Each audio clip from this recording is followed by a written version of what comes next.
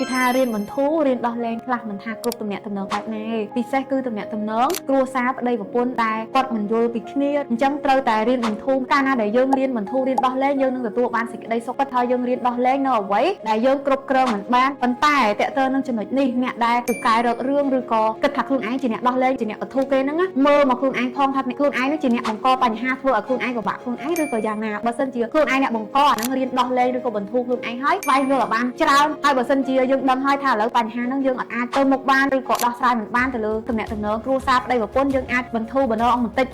ឬក៏អាចដោះលែងតែម្ដងអញ្ចឹងការដែលដោះលែងពេលខ្លះក៏គាត់អាចនឹងដឹងខ្លួនដែរពីព្រោះយើងនិយាយច្រើនហើយលើករណីណាមួយឧទាហរណ៍ថាផឹកស្រាជាប្រចាំថ្ងៃយើងបារម្ភពីសុខភាពគាត់អញ្ចឹងពេលដែលយើងនិយាយកាន់តែច្រើនជាប្រចាំទៅគាត់អាចជាធន់យើងប៉ុន្តែបើយើងយល់ហើយថាឥឡូវគាត់ភាកច្រើនបែបហ្នឹងបើសិនជាយើងនិយាយអស់ហើយយើងអាចបន្ធូរបន្តិចឬក៏មានកន្លឹះតែដើម្បីបង្ហាញឲ្យគាត់ដឹងហើយមួយទៀតគឺអាចដោះលែងបញ្ចប់តែម្ដងគាត់នឹងដឹងខ្លួនឯងថ្ងៃណាមួយពេលដែលគាត់ជួបបញ្ហាហ្នឹងពិតប្រាកដ